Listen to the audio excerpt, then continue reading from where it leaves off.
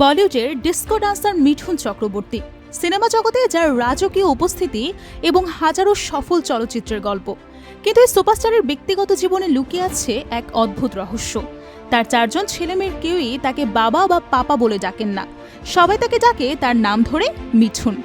কেনই ব্যতিক্রম, কেনই বা সেলিব্রিটি কিডস হওয়া সত্ত্বেও তার বড় ছেলে বলিউডে ক্যারিয়ার করতে চান না, যেখানে অন্যরা সুযোগ খোঁজেন? চলুন জেনে নেই এই প্রবীণ অভিনেতার জীবনের সেই অপ্রত্যাশিত ঘটনা।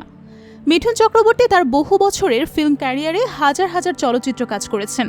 এই প্রবীণ অভিনেতা বর্তমানে চলচ্চিত্রে কম দেখা গেলেও তাকে প্রায়ই টিভি রিয়েলিটি শোতে বিচারকের আসনে দেখা যায়। এমনই একটি বিশেষ পর্বে 2019 সালের জনপ্রিয় ডান্স শো সুপার ডান্সারে তিনি তার ব্যক্তিগত জীবনের এই গোপন কথাটি প্রকাশ করেছিলেন। গল্পটা শুরু হয়েছিল তার বড় ছেলে মহাক্ষয় চক্রবর্তীকে নিয়ে। মিঠুন জানান, ছোটবেলায় মহাক্ষয়ের কথা বলতে অনেক দেরি হচ্ছিল। প্রায় 4 বছর বয়স হয়ে গেলেও সে ঠিকমতো কথা বলতে পারত না। এই কঠিন সময়ে হঠাৎ একদিন মহাক্ষয়ের মুখ থেকে প্রথম যে শব্দটি বেরিয়ে আসে তা ছিল মিঠুন। ডাক্তারের পরামর্শে সিদ্ধান্ত নেওয়া হয় ছেলে যা বলতে স্বাচ্ছন্দ্য বোধ করে সেটাই যাতে বলতে দেয়া হয়। এরপর ধীরে ধীরে কথা বলতে শুরু করলেও বাবার বদলে তাকে মিঠুন বলেই ডাকার অভ্যাসে পরিণত হয়। মিঠুন চক্রবর্তী আরও জানান, বড় ছেলেকে অনুকরণ করে যখন তার অন্য ছেলে মেয়েরা 3 জন ছেলে এবং 1টি মেয়ে জন্মগ্রহণ করে, তারাও তাকে তার নাম ধরেই ডাকে। এভাবেই বাবা বা পাপা শব্দটি তার সন্তানদের সম্বোধনে ব্রাত্য হয়ে যায়।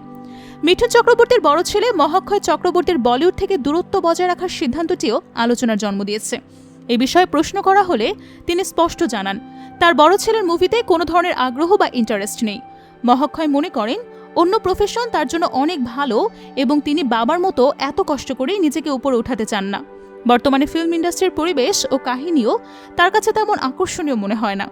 তবে ছোট ছেলে নমসি চক্রবর্তীর 2019 সালের একটি মুভি করার কথা ছিল, যদিও তা শেষ পর্যন্ত বাস্তবায়িত হয়নি।